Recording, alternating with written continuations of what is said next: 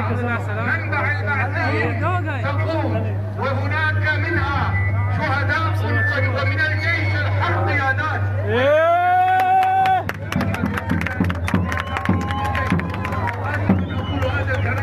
قام شلون 22/6 جمعة عين الشعوب.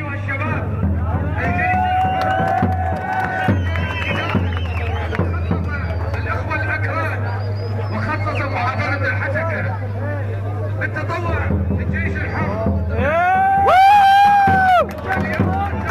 بدنا نتطوع بالجيش الحر، بدنا نتطوع بالجيش الحر، بدنا نتطوع بالجيش الحر، بدنا نتطوع بالجيش الحر، بدنا نتطوع.